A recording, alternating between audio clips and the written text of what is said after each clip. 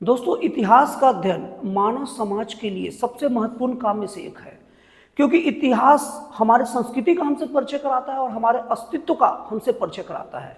इतिहास के अध्ययन से ही हम समझ पाते हैं कि कौन सा ऐसा काम है मानव का जो जन कल्याणकारी होता है और कौन सा ऐसा काम है जो विनाशकारी होता है। और भारत के इतिहास की अगर बात करें तो अध्ययन की सुविधा की दृष्टि से भारतीय इतिहास को 3 भागों बांटा गया है। पहला प्राचीन कालीन इतिहास, दूसरा मध्यकालीन इतिहास और तीसरा आधुनिक काल का इतिहास। दोस्तों, हमारे इतिहास का टर्निंग पॉइंट की बात करें तो प्राचीन काल का इतिहास का टर्निंग पॉइंट तब आता है जब तराइन का युद्ध जो 1191 में पृथ्वीराज चौहान और मोहम्मद गौरी के बीच में हुआ था। दोस्तों, पृथ्वीराज चौहान के बारे में बता दूं आप लोग को कि पृथ्वीराज चौहान के पहले 2 पृथ्वीराज चौहान के नाम से दिग्गज शासक हो चुके थे देश में, और ये जो पृथ्वीराज चौहान है वो तीसरे नंबर पे थे। इसीलिए कहीं कहीं पृथ्वीराज चौहान तृतीय या पृथ्वीराज चौहान थर्ड लिखा रहता है, वहां आप कंफ्यूज मत होइएगा। जहां पृथ्वीराज चौहान थर्ड नाम से बात आए तो आप यही पृथ्वीराज चौहान को समझ सकते हैं जिनका नाम मोहम्मद गौरी के साथ जुड़ा है। तो दोस्तों, आते हैं तराइन का लड़ाई। याद करिए, इसको याद रखिए, तराइन का लड़ाई हमारे देश के इतिहास का महत्वपूर्ण मोड़ है। तो तराइन का लड़ाई 1191 में मोहम्मद गौरी और पृथ्वीराज चौहान के बीच में होता है और मोहम्मद गौरी बुरी तरह से हार जाता है। मोहम्मद गौरी एक ऐसा लड़ाकू था जो हार का स्वाद शायद ही कभी चखा हो। पृथ्वीराज चौहान से हार जाने की वजह से बहुत ज़्यादा अपने आप को अपमानित महसूस करता है, और पृथ्वीराज चौहान के सलाहकार ये राय भी पृथ्वीराज चौहान को देते हैं कि मोहम्मद गौरी को मार दो, ये बहुत खतरनाक है। लेकिन पृथ्वीराज चौहान एक हारा हुआ योद्धा को मारना नहीं चाहते थे, इसलिए उसे छोड़ दिया। लेकिन मोहम्मद गौरी तराइन बॉर्डर पर ही रहकर युद्धाभ्यास करने लग गया, युद्ध के लिए पूरी तैयारियां करने लग गया, क्योंकि वो बहुत अपमानित था और ऐसे अपमानित हालत में लौटना नहीं चाहता था। लगभग 1 साल हुए, और 1 साल क्या, 1 साल के से कम समय में ही दोबारा उसने पृथ्वीराज चौहान को ललकारा और 1192 में तराइन का द्वितीय लड़ाई हुआ। इस लड़ाई में पृथ्वीराज चौहान मारा गया, पृथ्वीराज चौहान की हत्या कर दी गई, और पृथ्वीराज चौहान के हार का जिम्मेवार उनकी कमजोरी नहीं थी, उनके गुट का एक राजा जयचंद नाम का राजा था जो मोहम्मद गौरी से मिल गया, और उसकी गद्दारी की वजह से पृथ्वीराज चौहान मारे गए। इसीलिए आप अक्सर सुनते होंगे कि वहां का जयचंद है, इसीलिए जयचंद को एक गद्दारों के एक प्रायोजित शब्द के रूप में उपयोग किया जाता है। तो दोस्तों, जैसे ही 1192 में पृथ्वीराज चौहान की मृत्यु हुई, उसी वक्त हमारे देश का प्राचीन काल का इतिहास खत्म हो गया। दोस्तों, अभी मैं इतिहास के आगे चर्चा करेंगे, पहले मैं इतिहास का मेन बेसिक बंटवारा कैसे हुआ बता रहा हूं। तो जब से इतिहास शुरू हुआ, पृथ्वी बनने से लेकर मानव जाति का 1192 तक का इतिहास को हम क्या बोलते हैं? प्राचीन कालीन भारत का इतिहास। पृथ्वीराज चौहान के जीवित रहते तक का इतिहास प्राचीन काल का भारत का इतिहास है।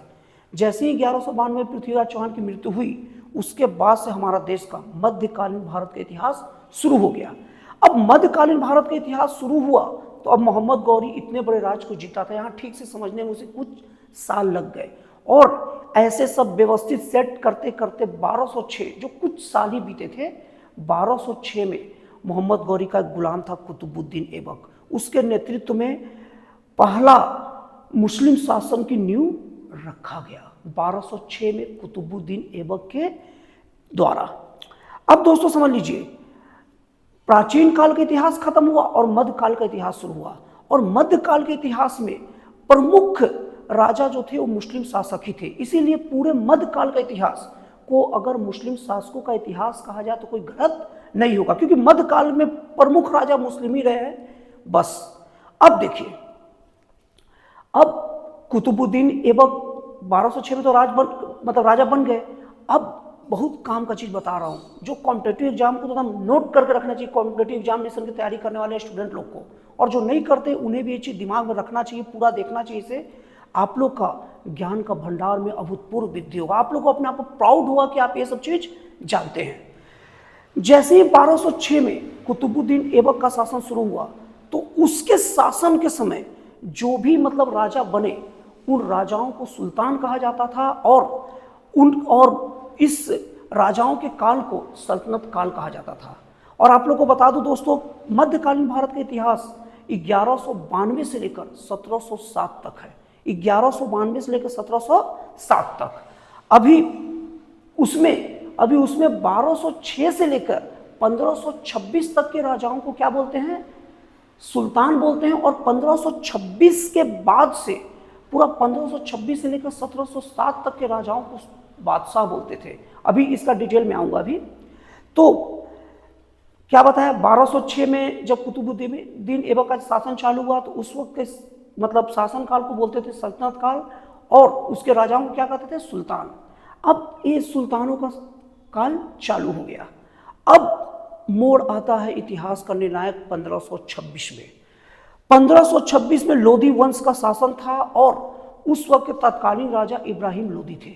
लेकिन इब्राहिम लोदी का राज्य को लेकर संघर्ष शुरू हो गया था, आंतरिक कलह शुरू हो गया था, क्योंकि उसका चाचा दौलत खान लोदी राजा बनने के योग्य था, लेकिन इब्राहिम लोदी की मां द्वारा इब्राहिम लोदी को राजा बनाए जाने से वो नाराज था, इसलिए वो तख्ता पलट भी चाहता था। सबसे पहले उसने राणा सांगा से मदद मांगी और देवराज द्वितीय से मदद मांगी, लेकिन उन्होंने मना कर दिया।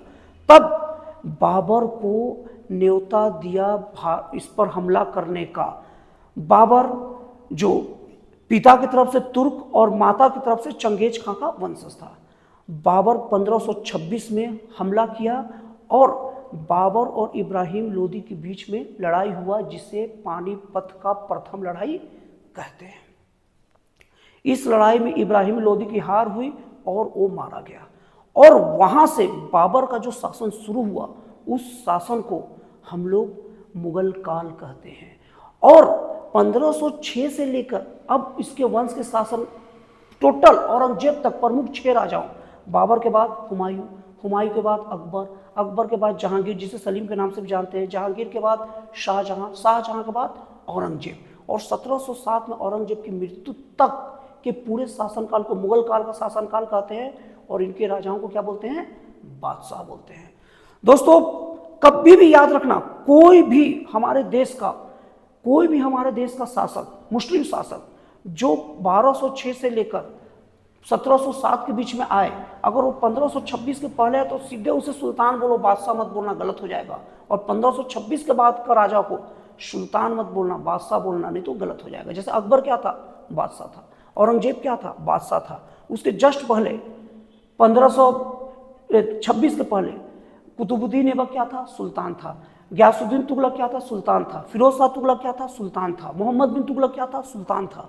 क्योंकि इन सब का काल 1206 से लेकर 1526 के बीच का है। इब्राहिम लोदी क्या था, सुल्तान था। बहलोल लोदी क्या था, सुल्तान था। क्योंकि इन सब का शासनकाल क्या है, ये 1526 और 1206 के बीच में है। तो दोस्तों इस तरीके से औरंगजेब की जब मृत्यु हो गई तो उसके बाद मुगल शासन कमजोर पड़ गया और तहस नहस हो गया, और उस वक्त अंग्रेजों का भारतीय व्यवस्था में हस्तक्षेप भी शुरू हो गया, जिसके कारण ये वंश का प्रमुख प्रभाव खत्म हो गया, और उसके साथ ही हम लोग के देश का मध्यकालीन भारत का इतिहास भी खत्म हो गया। अब 1707 के बाद से जो भी शासन शुरू हुआ वो क्या है, अंग्रेजों का शासन। अच्छे से देखते रहिएगा, पूरा एकदम रटवा दूंगा आप लोग को, भूलोगे नहीं। अब 1707 के बाद से जो भी शासन शुरू हुआ, प्रमुख रूप से राजा तो बने, बहुत सारे राजा बने। पानीपत का तृतीय लड़ाई जो मराठों और अब्दाली के बीच में हुआ था, वो इसी बीच, इसके बाद ही हुआ, आधुनिक काल में हुआ है। तो 1707 के बाद से जो भी राजा बने वो सब आधुनिक काल में आते हैं, क्योंकि राजा तो बने लेकिन अंग्रेजों का हस्तक्षेप अच्छे से शुरू हो चुका था। अब उसके बाद में अब फिर 1857 का विद्रोह हुआ अंग्रेजों के खिलाफ, वो अपना क्या है, आधुनिक भारत है। हमारी आज़ादी की लड़ाई लड़ी गई, सब आधुनिक भारत है। और आज तक का इतिहास 1707 के बाद से सारा है। एक दिन पहले कल का भी इतिहास गिनोगे तो सब क्या आएगा, आधुनिक भारत का इतिहास आएगा। तो दोस्तों अंत में आप लोगों को फिर से एक बार रिवाइव करा दूं, हम लोग का देश का इतिहास अध्ययन की सुविधा की दृष्टि से 3 भागों में बांटा गया है। प्राचीन भारत मतलब पृथ्वीराज चौहान के जीते जी पृथ्वीराज चौहान तक का शासन को प्राचीन कालीन भारत का शासन कहेंगे। पृथ्वीराज चौहान और औरंगजेब की मृत्यु तक के बीच का जो शासनकाल क्या है, वो मध्यकालीन भारत का शासनकाल कहलाते हैं, जिसमें क्या है, ज़्यादातर मुस्लिम शासक हुए। और 1707 के बाद का जो भी मतलब अध्ययन के लिए जो पढ़ते हैं इतिहास, उसको आधुनिक भारत का इतिहास कहते हैं। फिर सुन लीजिए, अब एक नया उसके एंगल से बता रहा हूँ। प्राचीन काल का भारत के इतिहास में प्रमुख रूप से हिंदू शासकों का दबदबा था। मध्यकालीन भारत के इतिहास में प्रमुख रूप से मुगल या सुल्तान या आसान भाषा में तो मुस्लिम शासकों का दबदबा था, और आधुनिक काल के शासनकाल में अंग्रेजों का दबदबा था। उठा के देख लीजिए, आप मध्यकालीन भारत के इतिहास पढ़िए, पूरे मुस्लिम शासकों का ही कारनामे सुनेंगे ज़्यादातर। अगर आप प्राचीन भारत के इतिहास सुनिए तो पूरा हिंदू शासकों का सुनेंगे, चंद्रगुप्त द्वितीय, विक्रमादित्य, ये सब का। और अगर आप आधुनिक काल के इतिहास पढ़ेंगे तो किसके बारे में समझेंगे, आप सुनेंगे अंग्रेजों के बारे में। तो फिर से एक नया डेफिनेशन क्या हो गया, प्राचीन भारत मतलब हिंदू शासकों, मध्यकालीन भारत मतलब मुस्लिम शासकों, और आधुनिक भारत मतलब अंग्रेजों का कारनामा। अंग्रेजों का कारनामा जो भी पढ़ो सब आधुनिक भारत में आ जाएगा।